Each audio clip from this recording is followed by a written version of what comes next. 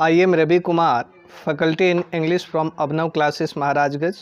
मेरे प्यारे दोस्तों, आप सभी में से बहुत सारे दोस्तों ने मुझे कमेंट किया था कि रवि सर एक काम कीजिए, आप स्पोकन जो सीरीज़ है उस स्पोकन सीरीज़ को भी आप स्टार्ट कीजिए। मेरे प्यारे दोस्तों, now I am going to start the spoken series. और आज जो है आप लोगों को बेसिक से मैं कोशिश करूंगा जो वीडियो है उस वीडियो का मैं प्रोवाइड करूं। मेरे प्यारे दोस्तों, हम लोग समय को विलम्ब ना करते हुए हम लोग आज की जो सेशन है इस सेशन में हम लोग काफ़ी अच्छी तरीके से डिस्कस करेंगे। जैसे मैं स्पोकन इंग्लिश पढ़ाने के लिए जा रहा हूं, I am going to teach all of you about spoken English.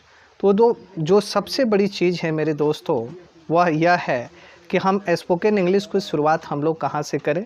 तो मेरे प्यारे दोस्तों, यदि आप इंग्लिश पढ़ रहे हैं, all of you are reading English, तो सबसे इम्पॉर्टेंट चीज़ यह होता है कि किसी भी व्यक्ति के सामने आप जाते हैं एंड तो सामने वाला जो व्यक्ति होता है, बियॉन्डिंग person ask you about self introduction. यदि कोई भी व्यक्ति आपसे सेल्फ इंट्रोडक्शन के बारे में पूछ लेता है तो आप अपने आप को किस तरीके से इंट्रोड्यूस करेंगे। तो in today session we have to discuss about self introductions and how can you give the self introductions beyond anyone. एक दूसरे के साथ हम सेल्फ इंट्रोडक्शन को हम किस तरीके से दे सकते हैं, in today session undoubtedly we have to discuss about it.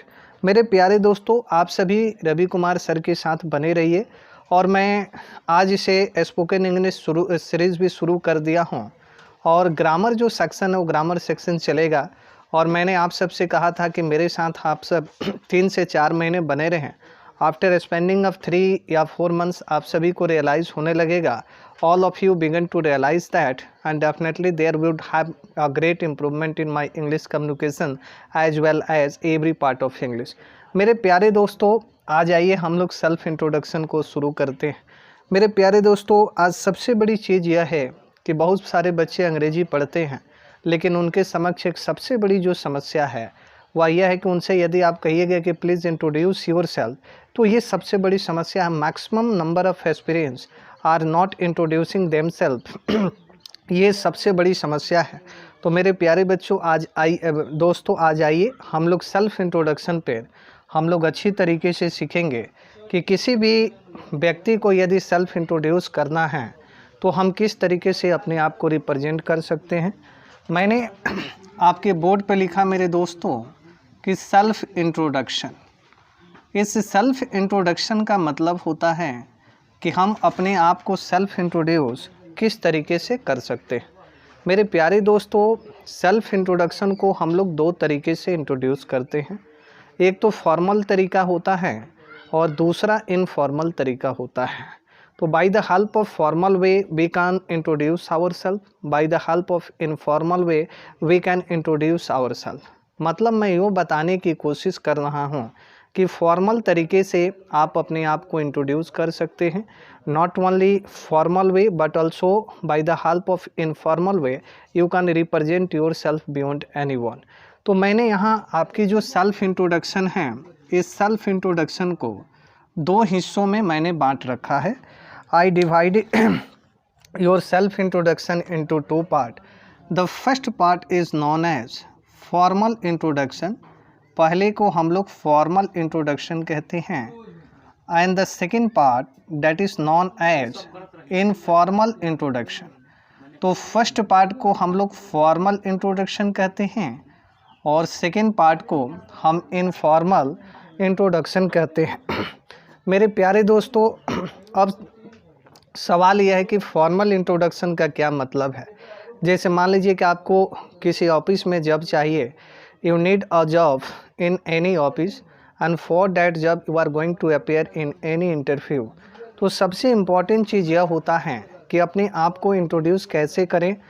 मतलब वहाँ पर आपको इंट्रोडक्शन अपना देना पड़ता है।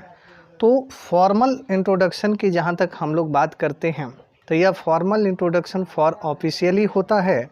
मैंने यहाँ मेरे दोस्तों लिखा फॉर ऑफिशियली। इसका मतलब यह हुआ मेरे बच्चों, ऑफिस के लिए यदि आप इंट्रोडक्शन देने के लिए जा रहे हैं, for any office you are going to appear in any interview, that is known as formal introduction, उसको हम लोग फॉर्मल इंट्रोडक्शन कहते हैं। मेरे प्यारे दोस्तों, फिर आप हमसे पूछेंगे कि व्हाट डज़ इट मीन। इसका मतलब यह हुआ कि इनफॉर्मल इंट्रोडक्शन यदि आपको देना है तो यह आपका ऑफिशियली नहीं होता है। जैसे मान लीजिए कि you are living with your family members, आप अपने फैमिली मेम्बर्स के साथ में रह रहे हैं और अपने फैमिली मेम्बर्स के सामने अपने आप को इंट्रोड्यूस करना है, तो वह जो इंट्रोडक्शन होता है वह आपका इनफॉर्मल इंट्रोडक्शन होता है। या सपोज़ कीजिए कि यू हैव एनी रिलेटिव और beyond your relative you have to represent your self, that is known as informal introduction, उसे हम लोग इनफॉर्मल इंट्रोडक्शन के नाम से जानते हैं। मेरे प्यारे दोस्तों, आज हम लोग जो डिस्कस करेंगे in today session, we have to discuss about formal introduction. हम लोगों को फॉर्मल इंट्रोडक्शन के बारे में डिस्कस करना है और फॉर्मल इंट्रोडक्शन को डिस्कस करने से पहले मैं कुछ पॉइंट्स हैं, उस पॉइंट्स पर आप सबका ध्यान, I would draw your attention on some vital points which help all of you to give the formal introductions whether you are going to appear in any interview। मेरे प्यारे दोस्तों, इसकी पॉइंट्स को हम लोग पहले चर्चा कर लेते हैं। जैसे फॉर्मल इंट्रोडक्शन की बात मेरे बच्चों करते हैं तो इसका सबसे फर्स्ट जो पॉइंट है मेरे बच्चों, उसका नाम है इंटर। और जहाँ तक इंटर की बात करें, the exact meaning of enter that is known as प्रवेश। मेरे प्यारे दोस्तों, इसको आप समझने की कोशिश करें, ट्राई टू अंडरस्टैंड दिस। मान लीजिए कि आप इंटरव्यू देने के लिए जा रहे हैं और आप के सामने एक दरवाज़ा होता है, in front of you and there is a door. तो at the outside you knock that door, उस दरवाजे को आप नॉक करते हैं। उसके बाद जो है अंदर से इंटरव्यूअर आपको इंडिकेट करते हैं कि आप आ सकते हैं। मेरे प्यारे दोस्तों, यदि मैं बात करूँ फॉर्मल इंट्रोडक्शन की, if I am talking about formal introduction, तो फॉर्मल इंट्रोडक्शन की जो शुरुआत होती है वह दरअसल इस तरीके से है।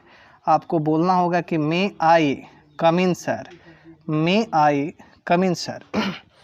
One day one experience came to contact with me and he begin to ask me that sir ji please tell me that you have written here may I come in sir along with we can use please at the end of this sentence या not।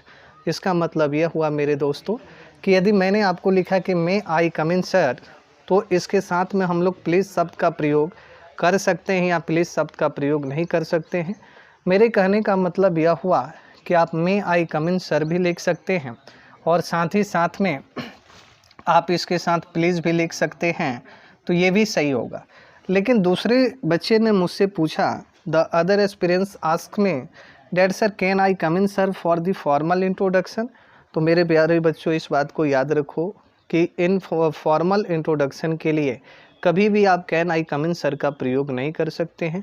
You never use can I come in sir for the formal introduction.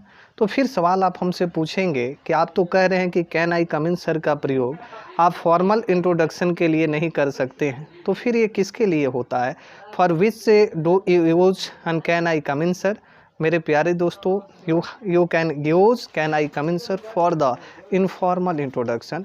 यदि आप informal introduction देने के लिए जा रहे हैं, if you are going to give informal introduction, वहाँ पर आप can I come in sir का प्रयोग कर सकते हैं। आप कभी भी फॉर्मल इंट्रोडक्शन के लिए can I come in sir का आप यहाँ पर प्रयोग नहीं कर सकते हैं। यदि आपने ऐसा किया तो your sentence will be wrong. ठीक है, नेक्स्ट की जहाँ तक बात करते हैं, एक बच्चे ने कहा कि क्या हम could I come in sir का प्रयोग कर सकते हैं। तो कभी भी फॉर्मल इंट्रोडक्शन में आप could I come in sir का भी प्रयोग नहीं कर सकते हैं। फिर दूसरे बच्चे ने कहा कि Ravi sir please tell me that and हम लोग would I come in sir का प्रयोग कर सकते हैं या would I come in sir का प्रयोग हम लोग नहीं कर सकते हैं। तो मेरे प्यारे दोस्तों, मैं आप सबको बता दूं, if you want to talk about formal introduction, for any formal introductions you can't use could I come in sir please या would I come in sir please. इसका मतलब यह हुआ मेरे बच्चों कि यदि आप फॉर्मल इंट्रोडक्शन देने के लिए जा रहे हैं, वहाँ आपको you need to mug up at least one sentence. वह सेंटेंस क्या है? That is known as may I come in sir. इसका मतलब यह हुआ मेरे बच्चों कि आप वहाँ पर इस सेंटेंस का प्रयोग कर सकते हैं कि may I come in sir का वहाँ पर प्रयोग कर सकते हैं। आप किसी दूसरे सेंटेंस का आप वहाँ पर प्रयोग नहीं कर सकते हैं। तो मेरे प्यारे बच्चों, मैं कह रहा हूँ I am discussing about formal introduction. तो फॉर्मल इंट्रोडक्शन का पहला जो पार्ट है वह इंटर है। सेकेंड जो पॉइंट की हम लोग बात करते हैं मेरे दोस्तों, उसको हम लोग ग्रीटिंग्स कहते हैं। Greetings what is the exact meaning of greetings. यदि if you want to talk about the exact meaning of greetings, तो ग्रीटिंग्स का मतलब होता है अभिवादन करना। जैसे मान लीजिए अब सवाल यह है कि ग्रीटिंग्स हम कैसे कर सकते हैं, how do you greetings to the all interviewers. तो मेरे प्यारे दोस्तों, ग्रीटिंग्स का मतलब यह होता है कि यदि आपकी इंटरव्यू सुबह में हो रही है, if your interview is helding in the first morning, तो वहाँ पर आपको गुड मॉर्निंग सर कहना होगा। You shall have to use good morning sir. यदि आपके interview if your interview is going to held in the first evening, वो there you can use good evening sir. यदि दोपहर के बाद यदि आपका इंटरव्यू होने के लिए जा रहा है, तो during that situation you have to use at least one sentence and that is known as good afternoon sir. तो मेरे प्यारे दोस्तों, यदि आपकी इंटरव्यू सुबह में हो रही है, तो आप वहाँ ग्रीटिंग्स के रूप में आप गुड मॉर्निंग सर का प्रयोग कर सकते हैं, ठीक है। यदि आपका इंटरव्यू शाम के समय में हो रहा है, तो आप वहाँ गुड इवनिंग सर का प्रयोग कर सकते हैं। यदि आपका इंटरव्यू यदि दोपहर के बाद हो रही है, तो आप उसे गुड आफ्टरनून सर कह सकते हैं। मेरे प्यारे दोस्तों, आपकी 2 पॉइंट मैंने रिकवर किया। I have recover at least 2 points here. तीसरी जो पॉइंट की हम बात करते हैं मेरे बच्चों, वह होता है आपका नेम। उसके बाद आपको अपना नेम बताना पड़ता है। तो मेरे प्यारे दोस्तों, इसको आप समझ के रखें कि यदि आप फॉर्मल इंट्रोडक्शन देने के लिए जा रहे हैं और इंटरव्यूअर के सामने आपको अपना नाम बताना पड़े, तो आप किस तरीके से आप अपने नाम को रिप्रेजेंट कर सकते हैं। तो मेरे प्यारे दोस्तों, नाम को रिप्रेजेंट करने का कई एक तरीके हैं। By the help of many ways and you can take your name beyond all interviewers. आप उन सारे इंटरव्यूअर के सामने आप अपना नाम बता सकते हैं। तो मेरे प्यारे दोस्तों, जो सबसे पहला जो तरीका है, the first way that is known as, आपको बताना होगा मेरे दोस्तों। आपको कहना होगा my name is Ravi Kumar. My name is Ravi Kumar. My dear friends, मेरा नाम रवि कुमार है, इसलिए मैं अगर इंटरव्यू में if I am going to participate in any interview, I am going to take part in any interview, तो वहाँ मैं अपना नाम बताऊँगा। I shall have to say something about my name. लेकिन आप अपना नाम, आप अपना इंटरव्यू में जा रहे हैं, तो वहाँ पर आपको अपना नाम बताना होगा। You will have to say something about your name. तो मैंने फर्स्ट वे से बताया कि आपको बोलना होगा वहाँ, you have to say there my name is Ravi Kumar. इसका दूसरा जो तरीका है मेरे बच्चों, आप बोल सकते हैं कि I am Ravi Kumar. I am Ravi Kumar. आप इस तरीके से भी आप अपने नाम को रिप्रेजेंट कर सकते हैं। और इसका तीसरा जो तरीका है, बहुत सारे बच्चे यह कहते हैं कि सर माई सेल्फ से हम अपना नाम बता सकते हैं या नहीं बता सकते हैं। मेरे प्यारे दोस्तों, माई सेल्फ से कभी भी आप अपना नाम नहीं बता सकते हैं, क्योंकि माई सेल्फ से कोई भी सेंटेंस शुरू नहीं होता है। लेकिन फिर भी आपकी दिल की गर्मी अगर शांत नहीं हो पा रही है, तो वैसी परिस्थिति में आप क्या कर सकते हैं कि माई सेल्फ का प्रयोग करते हुए आप अपने नाम को बताना चाहते हैं। If you want to say something about your name, तो आप किस तरीके से आप अपने नाम को बता सकते हैं। तो मेरे दोस्तों, आप अपने नाम को इस तरीके से बता सकते हैं कि I my self am Ravi Kumar. आप इस तरीके से बोल सकते हैं कि I my self am Ravi Kumar. ये आपका तीसरा तरीका हुआ। और चौथे तरीके की जो बात करते हैं, which is your fourth way to say something about your name, मेरे प्यारे दोस्तों, वो चौथा तरीका यह है कि आप कह सकते हैं कि दिस इज़ रवि कुमार, लेकिन प्लीज़ स्टॉप हियर। आप यहाँ पर स्टॉप हो जाइए। ये दिस इज़ रवि कुमार जो मैंने लिखा, ये अपना नाम बताने के लिए आप कर सकते हैं। लेकिन आप किसी को, you are going to represent a huge auditorium, उसके लिए आप दिस इज़ रवि कुमार जो सेंटेंस है, इस सेंटेंस का यूज़ आप वहाँ पर कर सकते हैं। तो मेरे प्यारे दोस्तों, यदि आप अपने नेम को रिप्रेजेंट करना चाहते हैं तो आप इन 4 तरीके से अपने रिप्रेजेंट कर सकते हैं। First of all, you have to represent your name beyond all interviewers, my name is XYZ। और सेकंड जो तरीका है, which is your second way, but your second way is like this, I am Ravi Kumar. And which is your third way, I my self am Ravi Kumar. And which is the fourth way, and that is known as this is Ravi Kumar. तो इस तरीके से आप जो है अपने नाम को जो है इंटरव्यूअर के सामने रिप्रेजेंट कर सकते हैं। तो जब आप इंटरव्यूअर को अपना नाम बता दिए तो उस नाम के बाद जो है उस इंटरव्यूअर को प्लेस के बारे में बताना पड़ता है। You have to say something about place, from where do you belong, आप कहाँ से बिलोंग करते हैं उसके बारे में आपको बताना पड़ता है। तो मेरे प्यारे दोस्तों, यदि आप प्लेस की जहाँ तक हम बात करते हैं तो आप किस तरीके से प्लेस को रिप्रेजेंट कर सकते हैं। तो प्लेस को रिप्रेजेंट करने के लिए फॉर रिप्रेजेंटेटिंग एनी प्लेस आपको बताना होगा कि आई बिलोंग टू बिहार। अगर आप बिहार से बिलोंग करते हैं, actually you belong to Bihar, but you have to say about proper place. दूसरा जो तरीका है मेरे दोस्तों, आप कह सकते हैं I am from Bihar, I am from Bihar. मेरे दोस्तों, इन दोनों तरीके से आप अपने स्थान के बारे में बता सकते हैं। You can say something about place. तो मैं आशा करता हूं कि यहाँ तक आप सभी को अच्छी तरीके से समझ में आया होगा। So at the outside please take a review, then I could come on the next point. Place की जहाँ तक हम बात करते हैं, आपने अपने नाम के बारे में बता दिया, अपने प्लेस के बारे में बता दिया, लेकिन उसका तीसरा जो पॉइंट है, आपको करेंट जो क्वालिफ़िकेशन है, which is your current qualification, you have to say something about your current qualification beyond all interviewers. आप इंटरव्यूअर्स के सामने जो हैं आप अपने करेंट क्वालिफ़िकेशन को, you can put current qualification beyond interviewers, आप रख सकते हैं। तो अभी जो हम लोग डिस्कस करेंगे कि क्वालिफ़िकेशन को हम किस तरीके से इंटरव्यूअर के सामने रिप्रेजेंट कर सकते हैं। मेरे दोस्तों, मैं फैमिली मेम्बर के बारे में इसलिए मैं नहीं लिख पा रहा हूँ क्योंकि आजकल की जो मॉडर्नाइज टाइम है, इसमें इंटरव्यूअर आपके फैमिली से कुछ लेना देना नहीं है, उसको अपने से मतलब है, माने आपसे आपको मतलब है। इसलिए आप फॉर्मल इंट्रोडक्शन के तहत कभी भी आप फैमिली मेम्बर के बारे में डिस्कस ना करें। तो मेरे प्यारे दोस्तों, all of you are coming with me at this board. मेरे प्यारे दोस्तों, मैं यदि करेंट क्वालिफ़िकेशन की बात मैं करता हूँ, करेंट क्वालिफ़िकेशन, अब सवाल यह है कि करेंट क्वालिफ़िकेशन का क्या मतलब होता है। इसका मतलब यह है कि आपको अपने क्वालिफ़िकेशन के बारे में बताना पड़ता है। You have to say something about your qualification. जैसे बहुत सारे बच्चे ऐसे हैं जिनका मैट्रिकुलेशन कंप्लीट हो चुका है, तो वे बच्चे कह सकते हैं कि I have passed my matriculation exam, passed my matriculation exam last year। और उसमें से कुछ बच्चे ऐसे हैं जो कि 10+2 पास कर चुके हैं।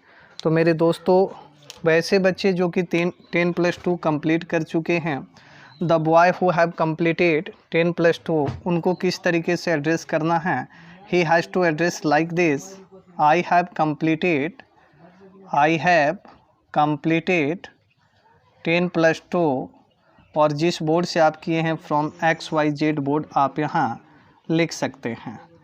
जैसे मान लीजिए कि कोई बच्चा ग्रेजुएशन में पढ़ रहा है और अभी वह ग्रेजुएट होने के लिए जा रहा है, now he is going to be graduate, तो उनको किस तरीके से बताना होगा।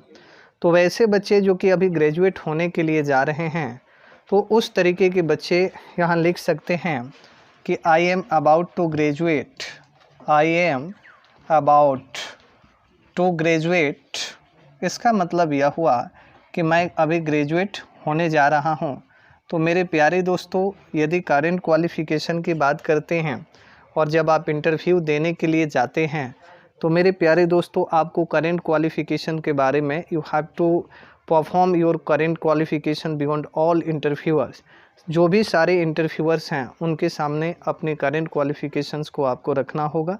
और मान लीजिए कि आप प्रोफेशन में हैं, प्रोफेशनल कोर्स को आपने कंप्लीट कर लिया है, जैसे आपने बीटेक कंप्लीट कर लिया है, तो आप वहाँ बता सकते हैं कि मैंने बीटेक कंप्लीट किया, I have completed BTech from XYZ board, या जो भी है यूनिवर्सिटी आप वहाँ बता सकते हैं।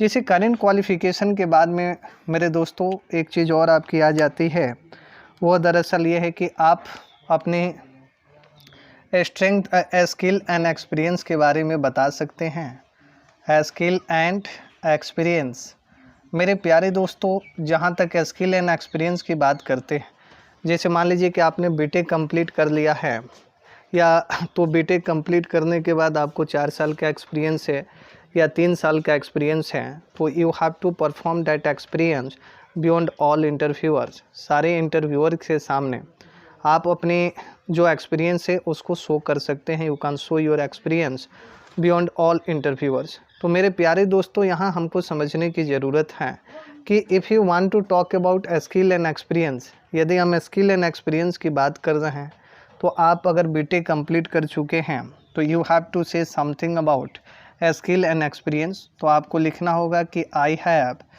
3 years experience, I have 3 years experience in CS branch, in CS branch.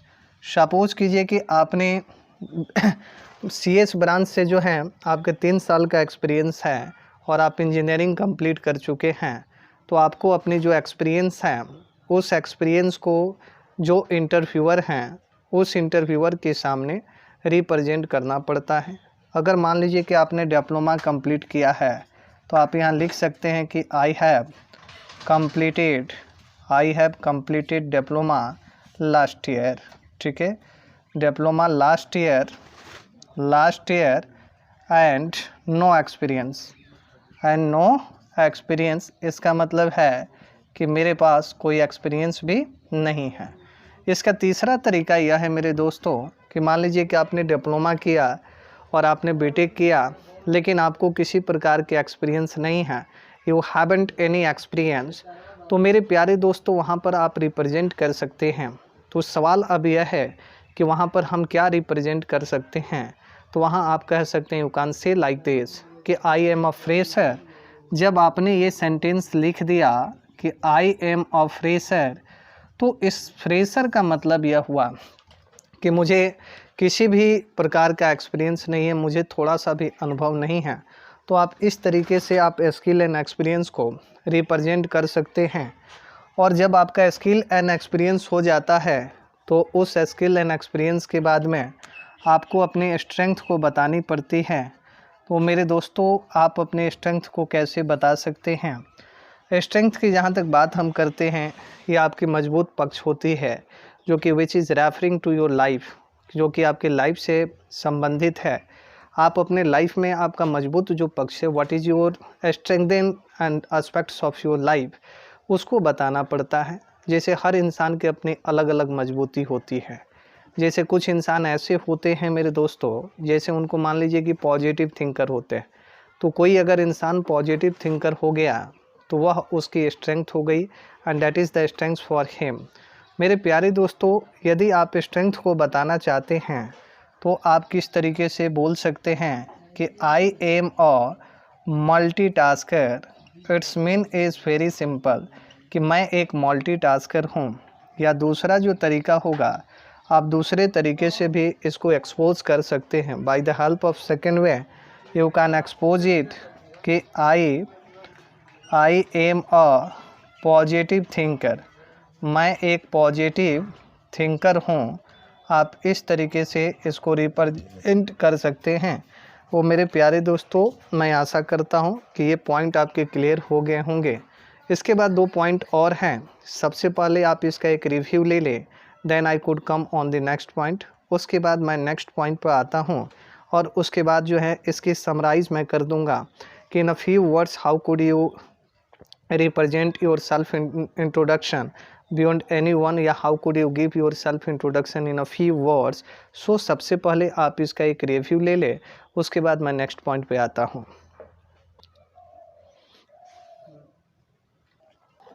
जब आप अपने स्ट्रेंथ के बारे में बता देते हैं मेरे दोस्तों, उसके बाद हम लोगों को क्या बताना है इसको ज़रा एक ओमकार के साथ हम लोग समझते हैं। जैसे मान लीजिए कि आपने स्ट्रेंथ के बारे में आपने बता दिया, तो उस स्ट्रेंथ के बाद में आपको अपने हॉबीज़ के बारे में बताना होगा कि आप अपने हॉबीज़ को किस तरीके से रिप्रेजेंट कर सकते हैं।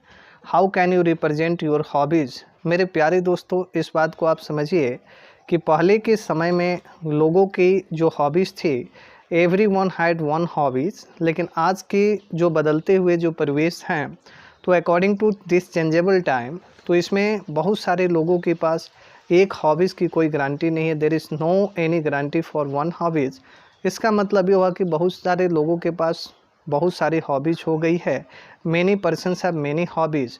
लेकिन यहाँ हमें अब समझना है कि यदि आप अपने हॉबीज़ को इंटरव्यूअर के सामने यदि आप रिप्रेजेंट करना चाहते हैं, तो आप किस तरीके से उस इंटरव्यूअर के सामने आप अपने आप को रिप्रेजेंट कर सकते हैं एज ए हॉबीज़। तो you have to say my hobbies are playing cricket, my hobbies are playing cricket. इसका मतलब ये हुआ कि मेरा हॉबीज़ प्लेइंग क्रिकेट है, एंड रीड अ बुक, और एक किताब पढ़ना है। तो मेरे प्यारे दोस्तों, इस तरीके से आप अपने हॉबीज़ को एक दूसरे के सामने रिप्रेजेंट कर सकते हैं। और हॉबीज़ के बाद में जो लास्ट पॉइंट्स है मेरे दोस्तों, वह आपका एम्स लाइफ है। इसका मतलब क्या है, what is the exact meaning of it, कि आप अपने जीवन में कुछ सपना रखे होंगे कि हमें अपने जीवन में किसी चीज़ को अचीव करना। I have to achieve something in my life, but the question is that how could you achieve somethings in your life. तो आप इंटरव्यूअर के सामने यदि आप जा रहे हैं या अपना सेल्फ इंट्रोडक्शन दे रहे हैं, तो आपको अपने हॉबी एम्स लाइफ के बारे में बताना होगा। You have to say something about your aims life. तो मेरे दोस्तों, जहाँ तक हम एम्स लाइफ की बात करते हैं, इसमें आपको बताना होगा कि the aim of my life is to be a doctor. इसको आप ज़रा समझने की कोशिश करें। बहुत सारे बच्चों की उद्देश्य अलग अलग होते हैं। कुछ बच्चे ऐसे होते हैं जो कि अपने जीवन में डॉक्टर बनना चाहते हैं। He wants to be a good doctor in his further life. और कुछ बच्चे ऐसे होते हैं जो कि अपने जीवन में आईएएस बनना चाहते हैं, आईपीएस बनना चाहते हैं। तो यदि आप डॉक्टर बनना चाहते हैं, तो आप वहाँ रिप्रेजेंट कर सकते हैं कि I want to be a doctor. यदि आप आईएएस बनना चाहते हैं, तो आप बोल सकते हैं कि I want to be an IAS officer. यदि आप आईपीएस बनना चाहते हैं, तो आप बोल सकते हैं कि I want to be an IPS officer.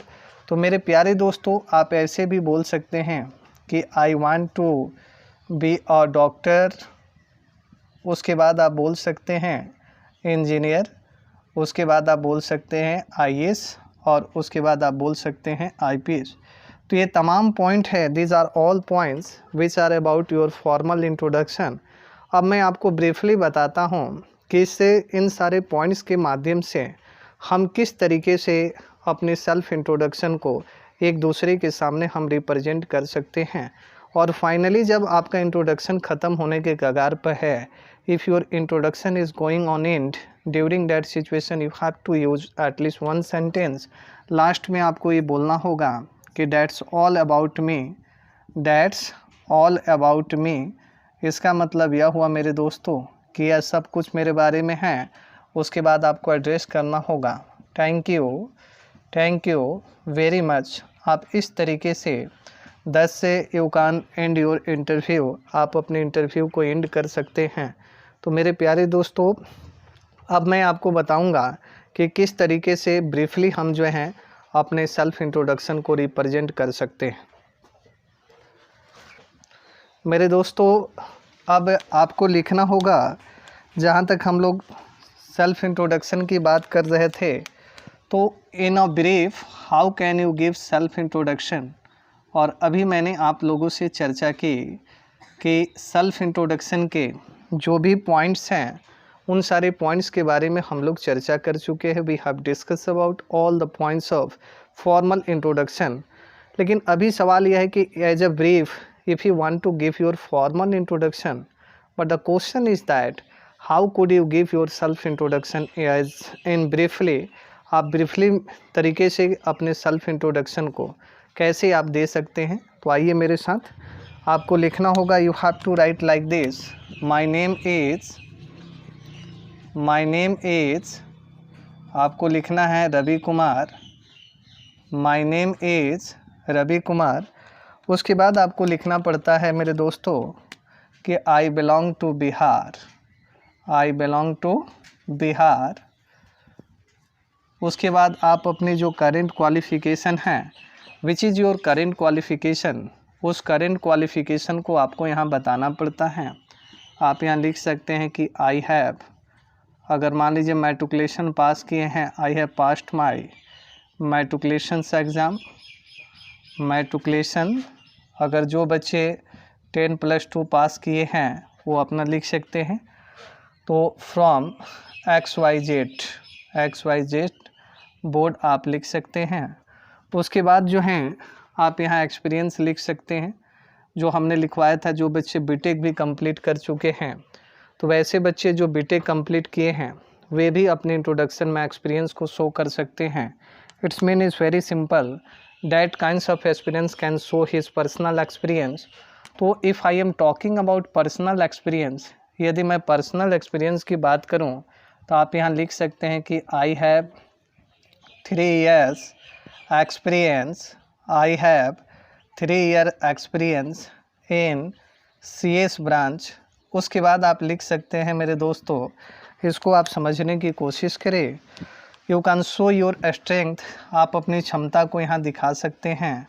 तो आप लिख सकते हैं कि I am a multitasker, I am a multitasker, या आप लिख सकते हैं आई एम अ पॉजिटिव थिंकर।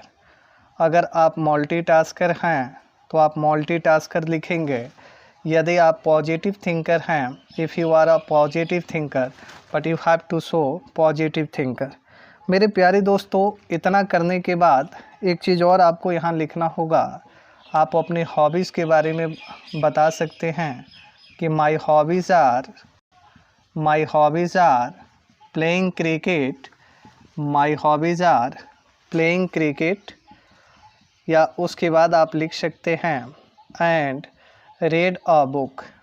जब इतनी सारी चीज़ें कंप्लीट हो गई तो मैं आपको बता रहा हूँ कि अपने लाइफ की जो भी एम है, उस लाइफ के एम के बारे में भी आपको बताना पड़ता है। You have to say something about the aim of your life. तो आप यहाँ लिख सकते हैं कि I want to be a good doctor.